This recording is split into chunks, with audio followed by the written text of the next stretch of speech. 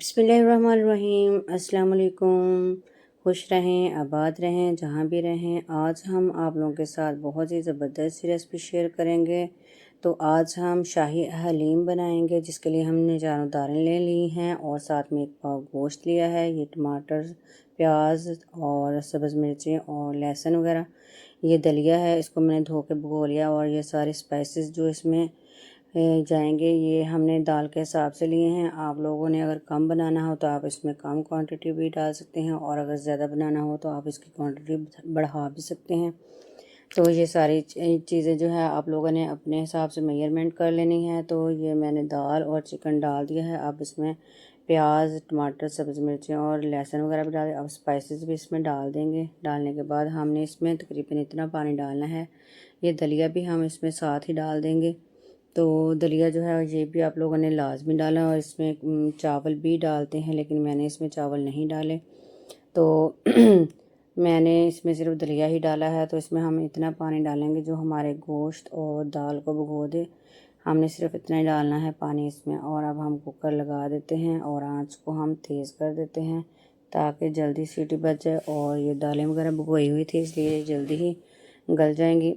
तो अब हम एक कढ़ाई ले लेते हैं, इसमें हम घी डालेंगे और इसमें हम प्याज डाल के उसको लाइट ब्राउन सा कर लेंगे, क्योंकि इसमें जो मेन चीज़ है वो लाइट ब्राउन सा जो प्याज है वो लाजमी इसमें जाता है, जिसकी वजह से ही शाही जो हलीम है बहुत ही मज़े का बनता है।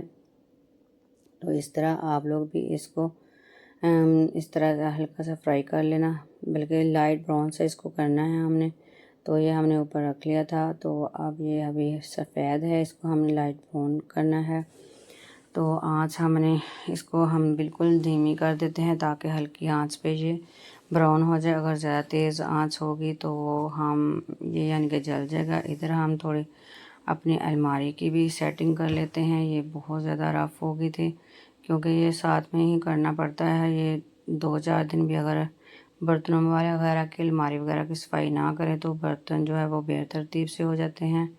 तो ये देखिए ब्राउन सा प्याज हो गया है। ये हमने सब्ज़ मिर्चें भी काट ली, सब्ज़ धनिया और अदरक जो है उसको चॉप कर लिया है लंबा लंबा सा। इसको हम थोड़ी सी प्याज जो हम निकाल लेंगे, ये गार्निशिंग के लिए इस्तेमाल करेंगे। तो ये देखें, अब ये जो हमारा प्याज और घी है इसको हमने ढाँप दिया है और सीटी चल चुकी है। तो अब हमने इसको 5 मिनट के बाद देखा है, तो दाल जो है काफ़ी माशाल्लाह गली हुई लग रही है मुझे। तो ये देखें, लेकिन इसमें पानी थोड़ा ज़्यादा लग रहा है, इसलिए हम इसको तेज़ आंच पर पका लेते हैं। तो आप लोगों ने भी अगर थोड़ा पानी ज़्यादा हो तो इसको तेज़ आंच पर पका लेना है। ये देखें, इस तरह से ये 2-4 मिनट में ही ये खुश्क हो जाता है जल्दी जल्दी। तो ये देखें माशाल्लाह से। और अब हम इसमें कढ़ाई में इसको डाल देंगे। तो इसके साथ ही मैं आप लोगों के साथ ये बात भी शेयर करना चाहती हूँ कि आप अपने बच्चों को कैसे नमाज का आदी बना सकते हैं। तो जब मेरी बेटी अभी सिर्फ 6 साल की थी, तो माशाल्लाह से हम भी घर में सारे नमाज़ पढ़ते हैं। तो उसके दिल में खुद ही शौक़ पैदा हो गया, वो साथ ही हमारे नमाज़ पढ़ना शुरू हो गई। अगर हम घर में बड़े नमाज़ पढ़ेंगे तो इंशाल्लाह हमारे बच्चे भी ज़रूर पढ़ेंगे।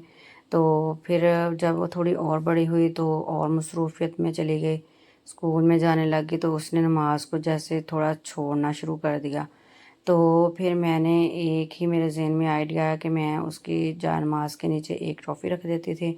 तो उसे मैं कहती थी कि आप अगर नमाज़ पढ़ोगी तो इंशाल्लाह अल्लाह ताला आपको देखना ट्रॉफ़ी भी देगा और बहुत सारी चीज़ें देगा। तो उसने बड़े शौक़ से नमाज़ पढ़ने, जब उसने नीचे से जानमाज़ उठा के देखना तो वो नीचे जब टॉफ़ी होती तो वो इतना खुश हो जाती थी। भी इसी तरह करते करते वो आहिस्ता आहिस्ता इतनी माशाल्लाह नमाज की पाबंद हो गई कि अब तो माशाल्लाह वो बड़ी हो गई है, 9 ईयर्स की हो गई है, 5 क्लास में है।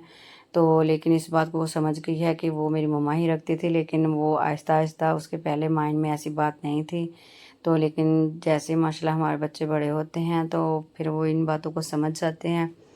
तो अब उसे ये तो पता है कि यानी कि टॉफ़ी मेरी मम्मा रखती थी, लेकिन माशाल्लाह अब उसे नमाज की इतनी आदत हो गई है कि उसने तकरीबन वो 8 साल से पहले ही उसने कुरान पाक भी ख़त्म कर लिया था। 8 साल की होने वाली थी और उसने माशाल्लाह अब सारी तकरीबन नमाज़ें घर में हो तो सारी पढ़ती है, अगर ना हो तो फिर वो स्कूल से उसे देर हो जाती है तो फिर भी वो कोशिश करती है 2 से 3 नमाज़ें पढ़े। और कहती है आके कि जब वो सुबह फजर की नमाज़ पढ़ के जाती है तो उसकी टीचर जो है उसके लिए क्लैपिंग भी करवाती है।